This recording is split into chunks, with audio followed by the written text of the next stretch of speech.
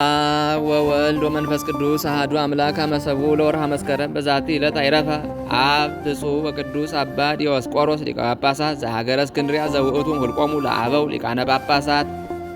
እስራ ወሐምስቱ አንድ አምላክ በሚሆን በአብ በወልድ በመንፈስ ቅዱስ ስም መስከረም 7 በዚህች ቀን የከበረና የተመሰገነ የእስክንድርያ ሀገር ሊቀ ጳጳስ አባ ዲዮስቆሮስ አረፈ። እርሱም ለአባቶች ሊቃነ ጳጳሳት 25ኛ ነው። ስለ ቀናች ሃይማኖትም ታላቅ ተጋድሎን ከተጋደለ በኋላ ረፍቱ በተሰደደበት በደሴተ ጋግራ ሆነ። ይህም እንዲህ ነው። ንጉሥ መርቀያኖስ ወደ ሰበሰበው ጉባኤ በጠሩት ጊዜ ሲደርስ ብዛታቸው 636 የሆነ ታላቅ ጉባኤን አየ። እንዲህም አለ። ይህ ታላቅ ጉባኤ እስኪሰበሰብ ድረስ በሃይማኖት ላይ የተገኘው ጉድለት ምንድን ነው? አለ።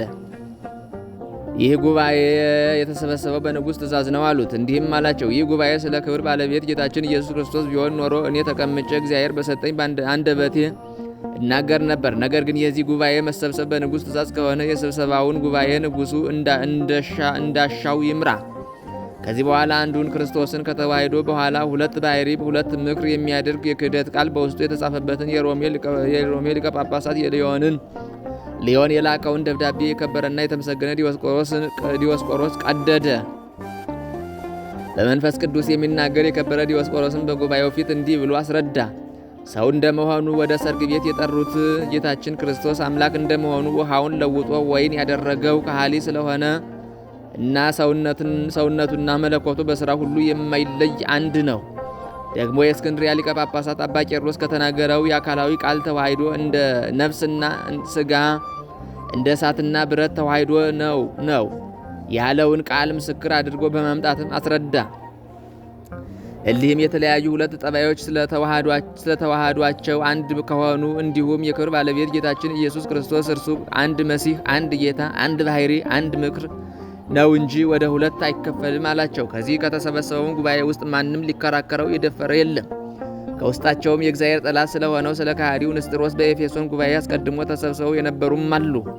ወደ ንጉሥ መርቀያኖስና ወደ ሚስቱ ንግሥት ብርክልያ ከእስክንድርያ ሊቀ ጳጳሳት አባ ዲዮስቆሮስ በቀር ስለ ሃይማኖት ትእዛዛችሁን የሚቃወም የለም ብለው ነገር ሰሩበት። ቅዱስ ዲዮስቆሮስንም ወደ ንጉሥ አቀረቡት። ከእርሱም ጋር ታላላቅ ሊቃነ ጳጳሳትና ኤጲስቆጶሳት ከጉባኤው የሆኑ ነበሩ። ከጠዋትም እስከ ማታ እርስ በርሳቸው ሲከራከሩ አሉ። የከበረ ዲዮስቆሮስም የቀናች ሃይማኖትን አልለወጠም። ንጉሡና ንግሥቲቱ በእርሱ ተቆጥተው እንዲደበድቡ ታዘዙ። ስለዚህ ደበደቡት። ጽሕሙንም ነጩ፣ ጥርሶቹንም ሰበሩ። እንዲህም አደረጉበት። ከዚህ በኋላ የተነጨውን ጽሕሙን ያወለቁትንም ጥርሱን ሰብስቦ ወደ እስክንድርያ ሀገር ላካቸው። እነሆ የቀናች ሃይማኖት ፍሬ ይህ ነው አላቸው። ለጉባኤውም የተሰበሰቡ ኤጲስቆጶሳት በዲዮስቆሮስ ላይ የደረሰውን መከራ ባዩ ጊዜ እጅግ ፈሩ። በእርሱ የደረሰው በእነርሱ ላይ እንዳይደርስም ስለዚህ ከመናፍቁ ንጉሥ ከመርቀያኖስ ጋራም ተስማሙ።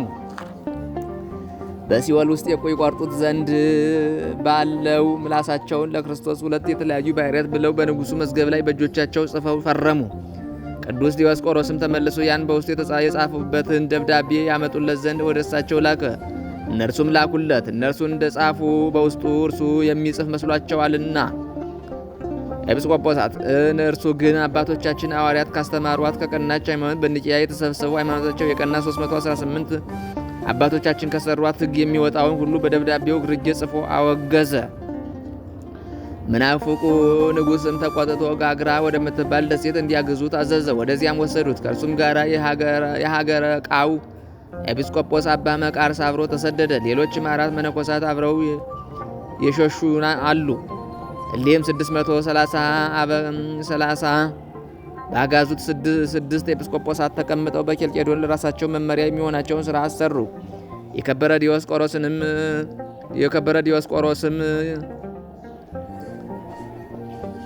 ከዚያች ሀገር ኤጲስቆጶስ ጭንቅ የሆነ መከራ ደረሰበት።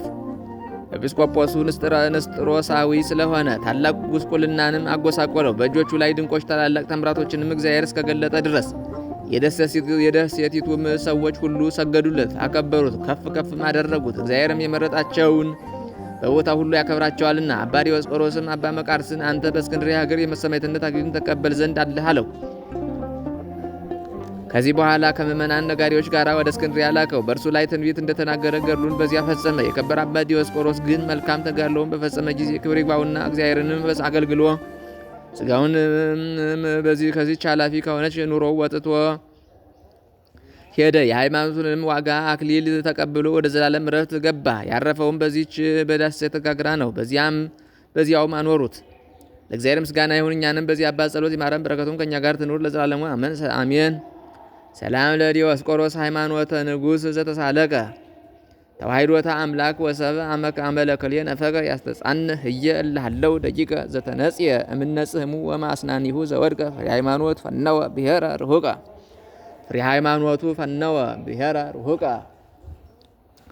በዚህችም ቀን የመጥምቁ ዮሐንስ እናት የከበረች ኤልሳቤጥ አረፈች። በጸሎቷ የሚገኝ በረከት ከእኛ ጋር ትኑር ለዘላለሙ አሜን። ሰላም ለገብርኤል ለኤልሳቤጥ አስተፍስሐ ቀዲሙ ይመጽእ ቃል ለልዑል ማርያሙ ተፈሲ ዘይብል ከመለ ማርያም እሙ ዲዮስቆሮስ እስመ ውስተ ቤተ ሐዲስ ዓለሙ አስበጥረሲሁ ውዱቅ ወንጹይ ጽህሙ። ሰላም ለኤልሳቤጥ ለሶፊያ ወለታ ወለማርያም እህታ ነስአ በውስተ ገዳም ነስአኪ በውስተ ገዳም ነጽሮ ከመይእቲ ባቲታ መንፈሰ ስምዖን ነቢይ ወመንፈሰ ዘካርያስ ምታ እግዚአብሔር አዘዘ ይምጹ በሞታ። በዚችም ቀን የገብላ ኤጲስቆጶስ የከበረ አባ ሳዊሮስ አረፈ። የዚህም ቅዱስ የአባቱ አብርስያኖስ ይባላል። የአባቱ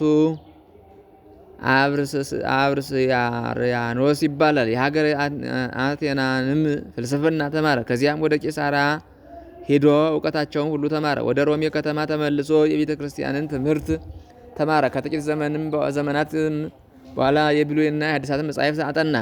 ዳግመኛም ከዚህ በኋላ ቁጥር የሌለው ብዙ ገንዘብን ትተውለት ወላጆቹ አረፉ። ስለ እርሱ ፈንታ መቶ እጥፍ ይቀበል ዘንድ ወዶ ያንን ገንዘብ ለክብር ባለቤት ሊሰጥ ወደደና ድሆችን፣ መጻተኞችን፣ ምስኪኖችን፣ ችግረኞችንም በውስጡ ይቀበል ዘንድ የእንግዳ መቀበያ ቤትን ሰራ።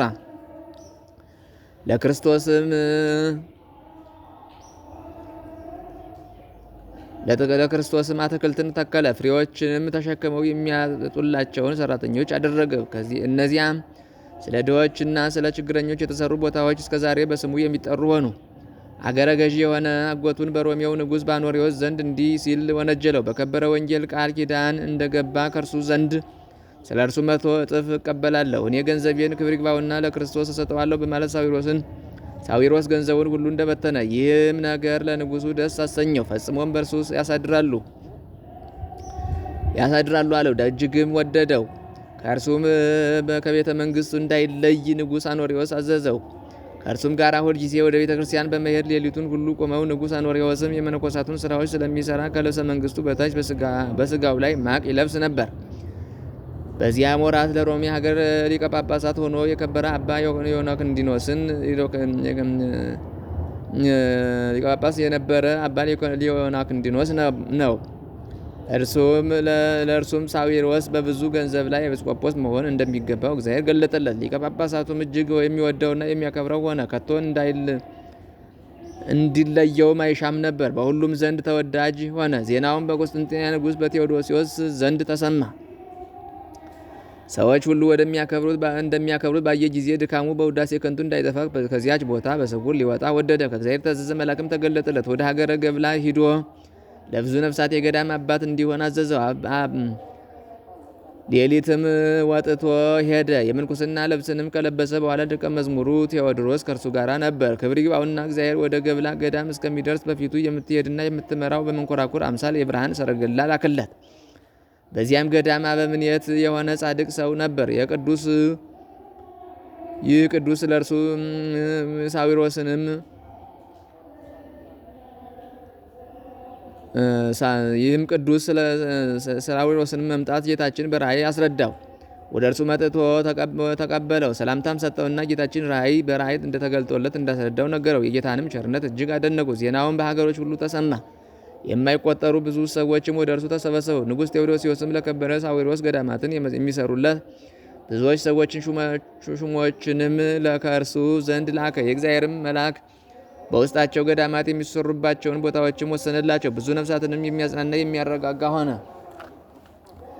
ክብር ይግባውና እግዚአብሔርም በእጆቹ ላይ ድንቆች የሆኑ ብዙዎች ታምራትን አደረገ። ከእርሳቸውም በሀገረ ገብላ መኮንን ልጅ ሰይጣን እንዳደረባትና መኮንኑም ሳዊሮስን ከዚህ አገር ካላባረር ከልጅ አልወጣም ያለው ነው። መኮንኑም ይህን ነገር በሰማ ጊዜ ተነስቶ ወደ ከበረ ሳዊሮስ ሂዶ ሰይጣን ያለውን ነገረው። ደግሞም ልጁን ያድናት ዘንድ ለመነው። ቅዱስ ሳዊሮስም እንዲህ ብሎ ደብዳቤን ጻፈለት። ክብር ይግባውና በጌታችን በኢየሱስ ክርስቶስ ስም ከእርሷ ወጥተህ ሂድ። አባቷም ያን ደብዳቤ ተቀብሎ ወደ ልጇ ሰደደ። ያን ጊዜም ከመኮንኑ ልጅ ሰይጣን ወጥቶ ሄደ። ልጅቷም ዳነች። ዳግመኛም ታላቅ ሰራዊት እስቲሆኑ ድረስ ብዙዎች ወንጀለኞች ሰዎች ተሰበሰቡ። ወደ ከበረ ሳዊራኖስም ገዳም ገብተው ሊያፈርሱት ፈለጉ። ክብር ይግባውና እግዚአብሔር በላያቸው ጨለማን አመጣ። ምንም ሳያዩ 3 መዓልት 3 ሌሊት አኖሩ። ቅዱስ ሳዊሮስንም ይቅር ይላቸው ዘንድ ብዙ እንባ በማፍሰስ ለመኑት። እርሱም ወደ ቦታቸው መልሶ ሰደዳቸው። ዳግመኛም በገዳማቱ ውስጥ ያለ በእርሱ የሚተዳደሩ መነኮሳት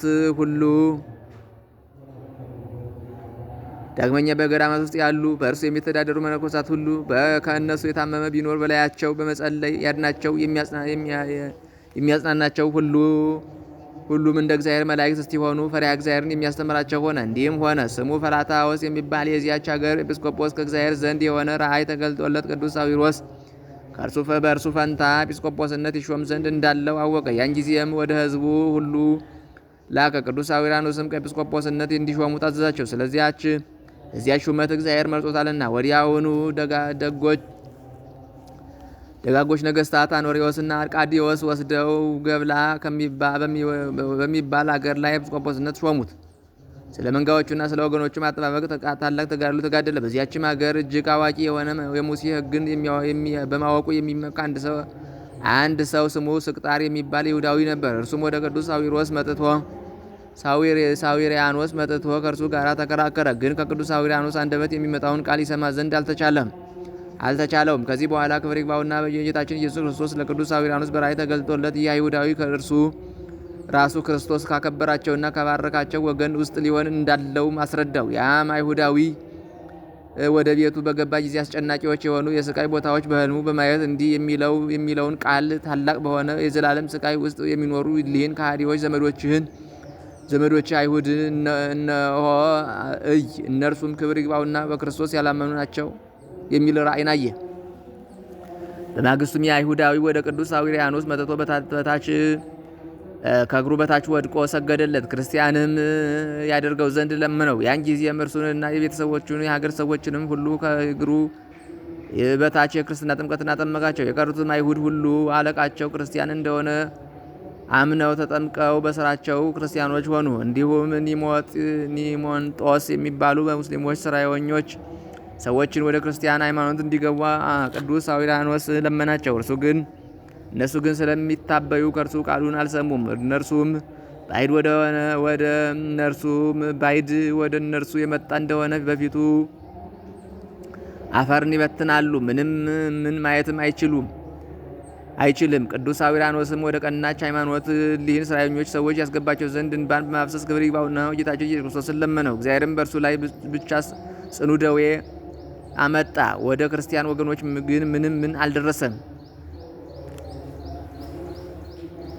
እግዚአብሔርም በእነርሱ ላይ ብቻ ጽኑ ደዌ አመጣ። ወደ ክርስቲያን ወገኖች ግን ምን አልደረሰም። በግብፅ አገር በፈርዖንና በሰራዊቱ በግብፃውያንም ላይ መቅሰፍት ሲታዘዙ ወደ እስራኤል ወገን እንዳልደረሰ እንዲሁ ሆነ። በዚያም ወራት እነዚያ ሰራዮኞች የቅዱስ ሳዊራኖስን ቃል ሰምተው ትእዛዙን ስላልተቀበሉ ስለዚህ ይህ ጽኑ ደዌ በላያቸው እንደመጣ አወቁ። ወደ ቅዱስ ሳዊራኖስም መጥተው በደላቸውን ይቅር ይላቸው ዘንድ ክርስቲያኖችም ያደርጋቸው ዘንድ ለመኑት። እርሱም ተቀበላቸው። አስተምሮ አጥምቆ በክብር ይግባውና ከክርስቶስ መንጋዎች ጋር አንድ አደረጋቸው። ያቺ ሀገር ሁለመናዋ አንድ ማይበር አንድ መንጋ ሆነች። ሰይጣንም ልብሱ በተቀደደ ሽማግሌ አምሳል ሆኖ ፈጽሞ የሚጮህ ሆነ። እንዲህም አለ፣ ከጽንፍ እስከ ጽንፍ ባለው ቦታ ሁሉ ጨነቀኝ። በግብፅ ሀገርም ጠንካሮች መነኮሳት ተመሉባት። በሮሜ ሀገርም ሊቀ ጳጳሳት ኢዮቅናክንዲኖስ በውስጧ ይኖራል። ደግሞም በቁስጥንጥንያ ዮሐንስ አፈወርቅ አለ። ይህ ቦታ ለእኔ ቀረልኝ ብዬ ነበር፣ እነሆ ሳዊራኖስ ከእጄ ውስጥ ነጠቀኝ አለ። እንዲህም ሆነ። የፋርስ ሰዎች ሊወጓቸው ሸተው ወደ አኖሪዎስ እና ወደ አርቃዲዎስ መልእክትን ላኩ። እሊህ ደጋጎች ነገስታትም የፋርስ ሰዎች የላኩትን ደብዳቤ ወደ ቅዱስ ሳዊራኖስ ላኩት። እርሱም ያችን ደብዳቤ ባነበባት ጊዜ ደብዳቤውን መልስ ወደ ነገስታት አኖሪዎስና አርቃዲዎስ እያስረዳ እንዲህ ብሎ ጻፈ። እኛ የክርስቶስ ከሆን መንግስታችንም የክርስቶስ ነው። እንዲህም ከሆነ የጦር መሳሪያን የጦር ሰራዊትንም አንሻም። እግዚአብሔርም ከቀደሙ ነገሥታት ጋር ሆኖ ያደረገውን እንዴት እንዳዳናቸው ጠላቶቻቸውንም እንዴት ድል እንዳደረጓቸው አስታወሳቸው። ታላቁ ጾም ሳይደርስ የፋርስ ሰዎች አፍረው ከእነርሱ ዘንድ ተመልሰው ሄዱ። ስለ ዮሐንስ አፈወርቅም ከኤጲስቆጶሳት ጋር ባመጡት ጊዜ ንግሥት አውዶክስያን በምክሩ ሁሉ መክረዋትና ገስጿት ነበር። ስለ ዮሐንስ መሰደድም እርሱ ምን ያደረገው ስምምነት የለም። እሊህም ንግሥቲቱም ምክሩን ባልሰማ ጊዜ ወደ አገሩ ተመለሰ። ብዙዎች ድርሳናትና ተግሳጻትም ደረሰ። ሃይማኖታቸው የቀናች ሰዎችም ባሉባቸው አብያተ ክርስቲያናት እስከ ዛሬ ድረስ ይኖራሉ። ቅዱስ ሳዊሮኖስም ሸመገለ፣ ዕድሜውም 100 ዓመት ሆነው። ከስጋውም ከመለየቱ በፊት በ10 ቀን የእግዚአብሔር መልአክ ተገልጦለት ከዚህ ዓለም ከድካምም ወደ እረፍት እንደሚመጣ ነገረው። ከዚህ በኋላ ሕዝቡን ጠራቸው። ክብር ይግባውና የእግዚአብሔርን ሕግ በመጠበቅ ጸንተው እንዲኖሩ አዘዛቸው። በሰላም በፍቅር አረፈ። ነፍሱንም በፈጣሪው ክርስቶስ እጅ ሰጠ። እረፍቱም የቆጵሮስ ኤጲስቆጶስ ኤጲፋኒዎስ ባረፈ በ2 ዓመት፣ ዮሐንስ አፈወርቅ ባረፈ በ1 ዓመት ሆነ። ስጋውንም እንደሚገባ በንጹሕ ልብስ ገንዘው ብዙ መዝሙራትና ምስጋናዎችን አድርገውለት በክብር ቀበሩ። ለእግዚአብሔር ምስጋና ይሁን፣ እኛንም በጸሎት ይማረን፣ በረከቱም ከእኛ ጋር ለዘላለሙ አሜን። ሰላም ለከ ለቤተ ክርስቲያንና ሳዊሮኖስ አናጺ ለፈላስያን ማይደረ ተድላ እሙስተ ብእሲ መኮንን እሞለተ ብእሲ መኮንን ገብላ ሰይጣን ጎየ ፈሪሆ እንተ ፈቀደ ይጉያ ለክታበ መልእክት ከሶበ ሰማ ቃላ። እዚህችም ቀን የከበሩ አጋቶና ጴጥሮስ ዮሐንስና አሞን እናታቸው ራፍቃ በሰማዕትነት አረፉ። ሁሉም ቅዱሳን በላይኛው ግብጽ ቁስቁስ ከሚባል አውራጃ ከቆንያ ከተማ ናቸው። ለእርሳቸውም ክብር ይግባውና ጌታችን ተገልጦላቸው ከእነርሱ የሚሆነውን ስፍራ በምትባል ከተማ እርሷ ወደ እስክንድሪያ ክፍል ናት። በዚህ ምስክርነት አክሊል እንደሚቀበሉ ስጋቸውን ወደ ግብጽ ደቡብ አቅራቢያ ወደሚባል አገር እንደሚወስዱ አስረዳቸው። ቅዱሳንም በዚያች ራእይ ደስ አላቸው። በማልዳም ተነስተው ገንዘባቸውን ሁሉ ለድሆችና ለችግረኞች ሰጡ። ከእነርሱም የሚበልጥ ወንድማቸው አጋቶን በሀገሩ ሹም ነበር፣ በሁሉም ዘንድ የተወደደ ነው። ራፊቃ እናታቸውም ክብር ይግባውና ስለ ክርስቶስ በመከራ ስቃይ ላይ የሚጸኑና የሚታገሱ እንዲሆኑ ታበረታታቸው ነበር። ከዚህ በኋላ ቁስ ወደሚባል አገር ሲደርሱ በመኮንኑ በዲዮናስዮስ ፊት ቁመው ክብር ይግባውና በጌታችን በኢየሱስ ታመኑ። ከእርሳቸውም አስቀድሞ እናታቸው ራፊቃን አሰቃያት። እሷም በስቃይ ውስጥ በመታገስ ደስተኛ ነበረች። ከዚህ በኋላ 4ቱ ልጆቿን አሰቃያቸው። እነርሱንም በማሰቃየት በሰለቸ ጊዜ ወደ እስክንድርያ እንዲልኳቸው ወገኖቹ መከሩት። ሰዎችም በእነርሱ ምክንያት ክብር ይግባውና በጌታችን በኢየሱስ ሕዝቡ እንዳያምን ፈርተዋልና እነርሱ በሁሉ ዘንድ የተወደዱ ስለሆኑ በእርሳቸውም ምክንያት ከዚህ በፊት ብዙዎች በክብር ባለቤት በክርስቶስ አምነው በሰማዕትነት ሞተዋልና የሰማዕትነት አክሊልም ተቀብለዋልና። ወደ እስክንድርያም ገዢ ወደ አርማኔዎስ ቅዱሳን በመጧቸው ጊዜ በዚያም ወቅት ስሟ ስፍራ በምትባል አገር በዚያ ነበር። የተጋድሏቸውንም ጽናት አውቆ ጽኑ ስቃይን አሰቃያቸው። ስጋቸውንም ቆርጦ ከመንኮራኩር ውስጥ ጨመራቸው። ዳግመኛም ዘግዝቀው ሰቀሏቸው። በዚህም ሁሉ ክብር ይግባውና ጌታችን ኢየሱስ ክርስቶስ መኮንኑና የእርሱ ሰዎች ሁሉ እስኪያፍሩ ያለምንም ቅጥፋትና ጉዳት የሚያነሳቸው ሆነ። ከዚህ በኋላ ራሶቻቸውን ይቆርጡ ዘንድ ስጋቸውንም በባህር ውስጥ ይጥሉ ዘንድ እንዲሰጥሙም አዘዘ። በዚያም ራሶቻቸውን በሰይፍ ቆረጡ። ስጋቸውንም ወደ ባህር ውስጥ ስጋቸውንም ወደ ባህር ሊጥሉ በታናሽ ቋንቋ ጫኗቸው። በዚያን ጊዜ ከግብጽ በስተደቡብ መጺል ከሚባል አውራጃ ነቅራሃ ከምትባል መንደር ወደ አንድ ጸጋ እግዚአብሔር መልአኩን ላከ። የቅዱሳኑን ስጋ እንዲወስድ አዘዘ። እርሱም ወሰዳቸው። የጻድቃን ማደሪያቸው ይህ ነው የሚል ቃልን ሰማ። የመከራውን ወራት እስከሚያልፍ በዚያ ኖራቸው። ከዚህም በኋላ ገለጧቸው። ውብ የሆነች ቤተክርስቲያንም ሰርተውላቸው ስጋቸውን በውስጥ አኖሩ። እግዚአብሔርም ከስራዎቸው ድንቆች የሆኑ ታላላቅ ታምራትን ገለጠ። በዚያም ወራት ስጋቸውን ስሙ ጥንያ ወደሚባል ሀገር አፈለሱ። እግዚአብሔር ምስጋና ይሁን፣ እኛም ጸሎታቸው ይማረን ለዘላለሙ አሜን። ሰላም ለክሙ ሰማዕታተ ወልድ ሐምስ አጋቶን ወአሞን ጴጥሮስ ዮሐንስ ወእምክሙ ራፊቃ ምልዕተ መንፈስ ቅዱስ ዘተሐፍረም ጽንዕክሙ በቅድመ ጣዖቱ ርኩስ መኮንን ቁዝ ዘስሙ ዲዮናስ። በዚችም ቀን ደግሞ እናት 1000 ሰዎች ከቅዱስ ፋሲለደስ ጋር በሰማዕትነት ሞቱ። የናጋግራ የሰው ዳስ የአንጾኪያ ኤጲስቆጶስ ናውላ የመነኮሴውም የጴጥሮስ መታሰቢያቸው ነው። የእመቤታችን እናት የቅድስት ሐናም የልደቷ መታሰቢያ ነው። በረከታቸው ከእኛ ጋር ትኖር ዘላለሙ